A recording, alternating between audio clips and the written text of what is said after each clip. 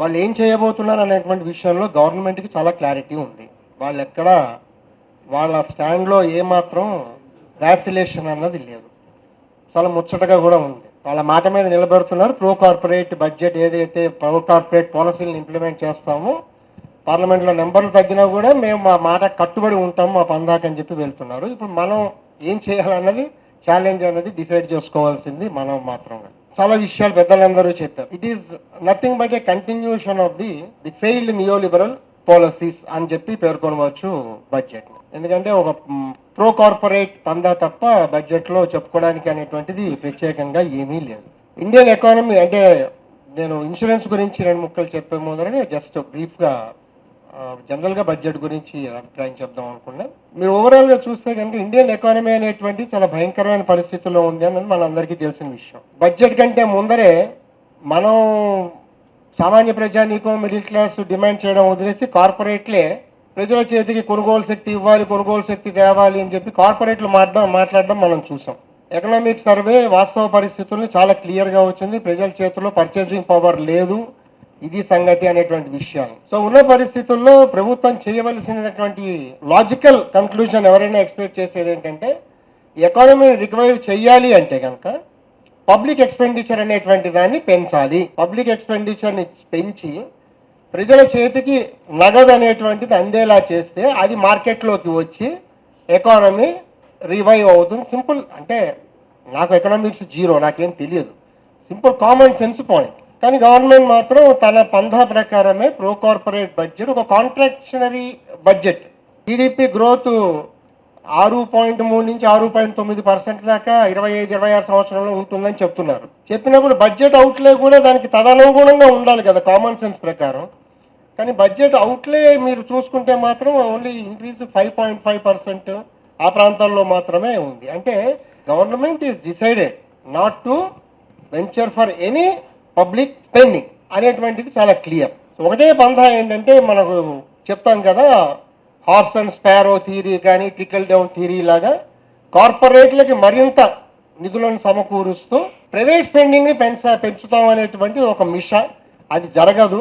దానివల్ల మనం చూస్తున్నది ఏంటంటే కంటిన్యూస్ గా కార్పొరేట్లకు ఇచ్చేటువంటి ఇన్సెంటివ్ల వల్ల కార్పొరేట్ ప్రాఫిట్లు పెరుగుతున్నాయి తప్ప ఎకానమీ అనేది రివైవ్ కాదు అన్నది మనం చూస్తున్నటువంటి విషయం. 2 చాలా విపులంగా వేణుగోపాల్ గారు ప్రస్తావించారు. మిడిల్ క్లాస్ ఎంప్లాయీస్ కి ఇన్కమ్ ట్యాక్స్ లో రిబేట్లు ఇచ్చేస్తామని చెప్పేసి 143 కోట్ల పాపులేషన్ ఉన్నటువంటి దేశంలో ఒక 1% కి చిన్న రిలీఫ్ ఇచ్చి దానివల్ల ఎకానమీ రివైవ్ అవుతుంది అని చెప్పడం అన్న దానికంటే ఏమంటారా హాస్యాస్పదం కాదు, చాలా అన్యాయమైనటువంటి స్టేట్మెంట్ అనేటువంటిది మనం చూసాం.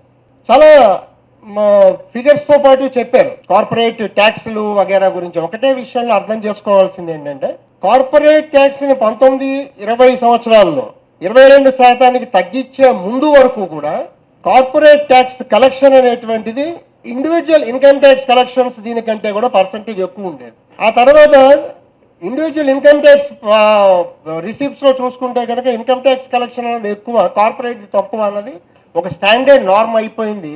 లేటెస్ట్ ఫిగర్ కూడా తీసుకుంటే కనుక అంటే మనం కన్సెషన్స్ ఇచ్చేసాము చాలా ఎకానమీ ఇదే అవుతుంది అని చెప్తున్నటువంటి నేపథ్యంలో కూడా 2024-25 సంవత్సరంలో కార్పొరేట్ ట్యాక్సెస్ ద్వారా వచ్చినటువంటి ఆదాయం 17% ఉంటే ఇండివిజువల్ ఇన్కమ్ ట్యాక్స్ ఇండివిజువల్స్ ద్వారా కలెక్ట్ అయినటువంటి ఇన్కమ్ ట్యాక్స్ కలెక్షన్స్ 19% ఉంది లాస్ట్ ఇయర్. ఈ సంవత్సరం కన్సెషన్స్ ఇచ్చాము అని చెప్పిన తర్వాత మిడిల్ క్లాస్ కి కన్సెషన్స్ ఇచ్చాము అని చెప్పిన తర్వాత లేటెస్ట్ గా ఏంటంటే కార్పొరేట్ ట్యాక్స్ కలెక్షన్ 17% గానే ఉంటుంది, ఇండివిజువల్ ట్యాక్స్ కలెక్షన్ 22% పెరిగింది. అంటే బై వే ఆఫ్ ఇవన్నీ కూడా ఒక హుడ్వింక్ చేసేటువంటి ప్రయత్నాలతో ఫ్యాక్చువల్ గా ఇంకా ఇండివిజువల్స్ దగ్గర నుంచి ట్యాక్స్ కలెక్షన్ చేస్తున్నారు. Whereas what is needed budget ద్వారా మనం కోరుకునేది ఏంటి, ప్రత్యామ్నాయంగా అడిగేటటువంటి దాంట్లో ముఖ్యంగా ఏంటంటే కనీసం టాప్ 1% దగ్గర నుంచి వెల్త్ అండ్ ఇన్హెరిటెన్స్ ట్యాక్స్ అనేటువంటిది ఇంపోజ్ చేస్తే కనుక ఈ ఎకానమీని రివైవ్ చేయొచ్చు అనేటువంటిది అనాదిగా అడుగుతున్నటువంటి ప్రశ్న. దాన్ని బలంగా ముందరికి తీసుకెళ్లవలసినటువంటి అవసరం ఉంటుంది. అలాగే ప్రజల చేతిలో కొనుగోలు శక్తి అంటే కనుక ఉపాధి. కింద సంవత్సరం ఒక పెద్ద ఫ్యాన్ఫేర్ తో చెప్పారు, ఏమిటది ఎంప్లాయ్మెంట్ లింక్డ్ ఇన్సెంటివ్ స్కీమ్. దాని ద్వారా కార్పొరేట్లకు డబ్బులు ఇచ్చారు. పోనీ దాని ద్వారా ఎంత ఉపాధి వచ్చింది అనేటువంటిది ఎక్కడ ప్రస్తావన లేదు. పైపెచ్చు ఈ రోజున ఎంప్లాయ్మెంట్ జనరేషన్కి ఒక ప్రధానమైనటువంటి దీనిగా ఉన్న మన్రేగా లాంటి దానికి ఇచ్చినటువంటి ఫండ్స్ను కూడా ఏమాత్రం పెంచకుండా, అంటే రియల్ టర్మ్స్లో తగ్గే విధంగా 86,000 crores దగ్గర అక్కడే ఉంచడం జరిగింది. ఇది ఏ విధంగానూ కూడా సరైనటువంటి విషయం కాదు. ఉపాధి కల్పన మీద కాన్సన్ట్రేట్ చేయవలసినటువంటి అవసరం చాలా ఉంది అన్న విషయం కూడా మనం గుర్తుంచుకోవాలి. శివకుమార్ గారు చెప్పారు, బ్లూమ్ వెంచర్ రిపోర్ట్ వాడు క్లియర్గా ఇచ్చాడు. ఓన్లీ దేశంలో 10% మంది దగ్గర మాత్రమే డిస్క్రిషనరీ స్పెండింగ్ ఆప్షన్ ఉంది. అంటే వాడు ఏది కావాలంటే అది కొనుక్కునేటువంటి శక్తి ఒక్క 10% దగ్గరే ఉంది. 90% ప్రజల దగ్గర ఇది లేదు అనేటువంటి పరిస్థితి. ఈ నేపథ్యంలో మనం చూస్తున్నాం. అంటే నిజంగా ఇట్లా ఈ సెమినార్ గురించి మా డీజీ గారు ప్రస్తావించినప్పుడు ఒక జనరల్ ఒపీనియన్ ఏమొచ్చిందంటే, ఫ్యాక్ట్స్ అంటే ఇది నిజాలు నేను చెప్పుకోవాలి. మనం బడ్జెట్ అయిపోయింది కదా, ఇప్పుడేం పెడతారు సెమినారు అనేటువంటి ఒక అభిప్రాయం. అంటే ఎటువంటి నిధులు వేణుగోపాల్ గారు చెప్పారు, అది ఏదో వచ్చింది పోయింది అనే స్థాయికి మన మైండ్ సెట్ కూడా వెళ్తూ ఉంటే సామాన్య ప్రజానికి ఏం తెలుస్తుంది, వాళ్ళకి తెలియజెప్పేటువంటి అవసరం చాలా ఉంది. వాళ్ళేమో పక్కన ఆకలితో ఉన్నవాడికి ఇవన్నీ పట్టట్లేదు. వాడు డిజిటల్లో జీపేలో ట్రాన్స్ఫర్ చేస్తేనే చాలా టెక్నాలజికల్గా పెరిగిపోయానని అనుకుంటున్నారు. తెలియజేయవలసినటువంటి అవసరం చాలా ఉంది ఈ బడ్జెట్లో ఉన్నటువంటి లోతుపాట్లని. కాబట్టి ఇన్సూరెన్స్ ఇండస్ట్రీ వరకు వస్తే కనుక వేణుగోపాల్ గారు ప్రస్తావించారు, భానుకిరణ్ గారు, శివకుమార్ గారు కూడా ప్రస్తావించారు. పబ్లిక్ సెక్టర్ మీద ఏ విధంగా అనేటువంటిది పరిపూర్ణమైన దాడి జరుగుతోంది అనేటువంటి. ఈ రోజున ఇన్సూరెన్స్ రంగం మీద అటువంటి దాడినే చాలా తీవ్రంగా తీసుకొస్తోంది ప్రభుత్వం. బడ్జెట్లో ఫారిన్ డైరెక్ట్ ఇన్వెస్ట్మెంట్ ఏదైతే ఉందో దాన్ని 100% పెంచుతున్నట్టుగా ప్రతిపాదనని ప్రవేశపెట్టారు. కరెక్ట్గా చెప్పాలంటే బడ్జెట్లోనే ఇన్సూరెన్స్ చట్టాల సవరణ బిల్లును కూడా ప్రవేశపెట్టేటువంటి ఒక సూచన ఉండింది. కానీ దాని మీద కొంత రివ్యూ చేయాలని చెప్పి ఆపారు. కానీ ఈ బడ్జెట్ సెషన్లో అది కూడా ప్రవేశపెట్టబోతున్నారు. ఈ రెండు చర్యలు కూడా ఇన్సూరెన్స్ రంగం మీద తీవ్రమైనటువంటి ప్రభావం చూపేటువంటి అవకాశం ఉంది. దానివల్ల ఇన్సూరెన్స్ ఉద్యోగస్తులుగా కాదు, ఈ దేశ ప్రయోజనాలకి, పాలసీ హోల్డర్లు, సామాన్య ప్రజానికం యొక్క ప్రయోజనాలకి తీవ్రమైన భంగం వచ్చేటువంటి పరిస్థితి ఉంది. నిజంగా చెప్పాలంటే ఇన్సూరెన్స్ ఇండస్ట్రీలో ప్రైవేట్ పెట్టుబడి అనేటువంటిది అవసరం లేనటువంటి ఇది చాలా సందర్భాల్లో ప్రస్తావించుకున్నాం. ఇన్సూరెన్స్ బిజినెస్ అనేది ఒక నమ్మకం, ప్రామిస్ అనేటువంటి దాని మీద జరిగేటువంటి బిజినెస్. దీనికి కోట్ల పెట్టుబడులు అనేటువంటిది అక్కర్లేదు. ప్రజల దగ్గర సమీకరించినటువంటి పొదుపుతో జరిగేటువంటి నమ్మకం మీద జరిగే బిజినెస్. దీనిలో ఎప్పుడైతే విదేశీ పెట్టుబడి అనేటువంటి దాన్ని ముఖ్యంగా ప్రవేశపెట్టారో మన దేశ చిన్న మొత్తాల పొదుపు మీద విదేశీ ఆధిపత్యానికి అవకాశం ఇచ్చినట్టు అవుతుంది. మొట్టమొదటిసారిగా 99లో ఇన్సూరెన్స్ రంగంలో 26% ఫారిన్ డైరెక్ట్ ఇన్వెస్ట్మెంట్ని పర్మిట్ చేస్తూ ప్రైవేట్ కంపెనీలకు ప్రవేశం కల్పించింది అటల్ బిహారీ వాజ్పేయి గారి నేతృత్వంలో ఉన్నటువంటి బీజేపీ ప్రభుత్వం. తర్వాత 2015లో దాన్ని 49%కి, 2021లో దాన్ని 74%కి కూడా పెంచారు. కానీ ఇందాక చెప్పినట్టుగా 74%గా ఉన్నటువంటి ప్రస్తుత పరిస్థితుల్లో కూడా ఈ రోజు దాకా వచ్చిన విదేశీ పెట్టుబడి ఓన్లీ 32% మాత్రమే ఇన్సూరెన్స్ రంగంలో. దాన్ని ఎందుకంటే ఈ విదేశీ ఫారిన్ క్యాపిటల్కి ఏదైతే తనొగ్గి ఒప్పందం ప్రకారం ఒప్పుకోవడం జరిగిందో దాని కారణంగా మాత్రమే 100%కి తీసుకెళ్ళడం అనేది జరుగుతుంది తప్ప వేరే కారణం ఏం లేదు. దీనివల్ల ప్రమాదం ఏంటంటే ఫారిన్ క్యాపిటల్ అనేటువంటి సరదాగా మన దేశాన్ని ఉద్ధరించడానికి రాదు. సింపుల్ పాయింట్ అది. ఫారిన్ క్యాపిటల్ అనేటువంటిది వచ్చేది ప్రాఫిట్స్ ఇది చేసుకోవడం కోసము. సో ఇక్కడ ప్రాఫిట్స్ మన దేశీయ పొదుపుని ఉపయోగించుకుని ప్రాఫిట్ జనరేట్ చేసి ఆ ప్రాఫిట్స్ని రిపాట్రియేట్ చేసుకోవడానికి సులువైనటువంటి మార్గంగా ఇప్పటిదాకా ఉన్నటువంటి నిబంధనల ప్రకారం 74%, 49% ఉన్న నిబంధనల ప్రకారము ఫారిన్ ఇన్వెస్టర్ ఎవడైతే ఉన్నాడో వాడు కంపెనీ ఓనర్షిప్ టోటల్గా తన కంట్రోల్ చేయలేడు, లోకల్ పార్ట్నర్ ఉండాలి.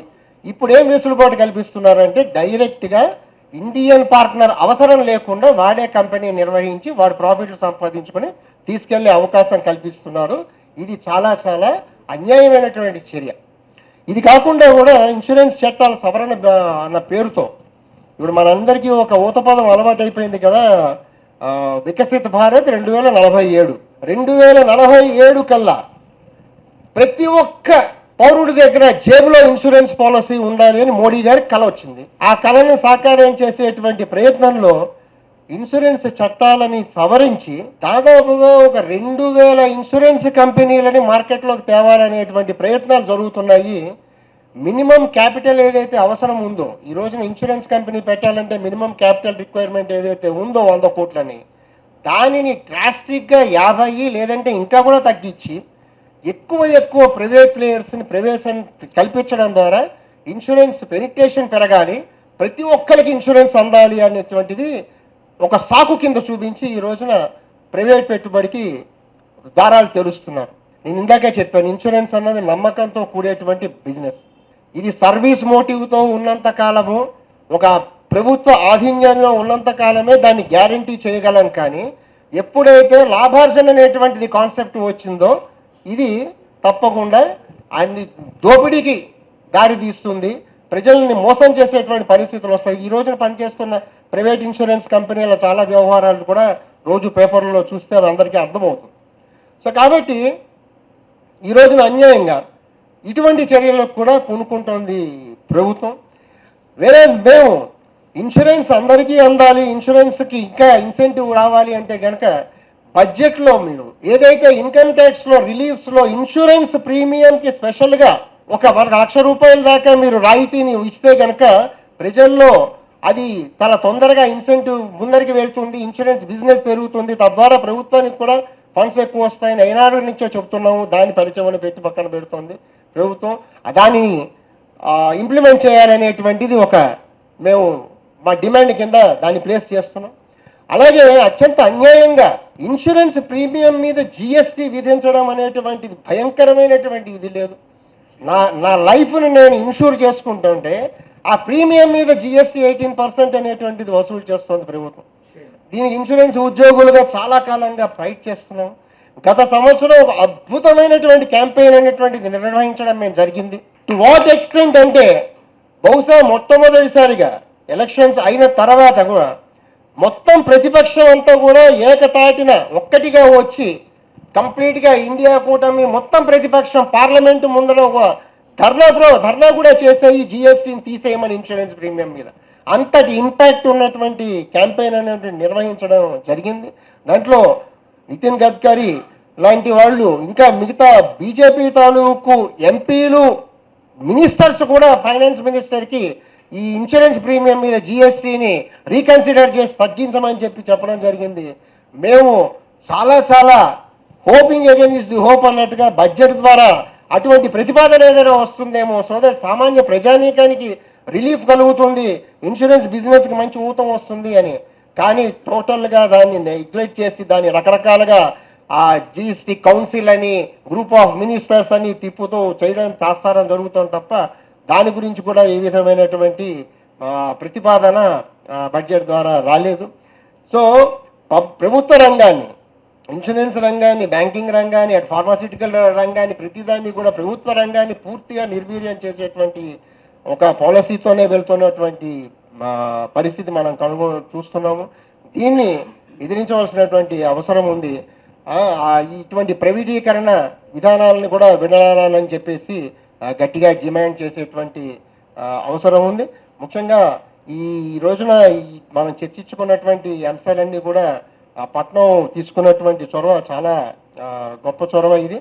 దీన్ని అందరిలోకి తీసుకువెళ్ళవలసినటువంటి అవసరం ఉందని ఇంకొకసారి చెప్తూ నాకు ఈ అవకాశం ఇచ్చినందుకు ధన్యవాదాలు.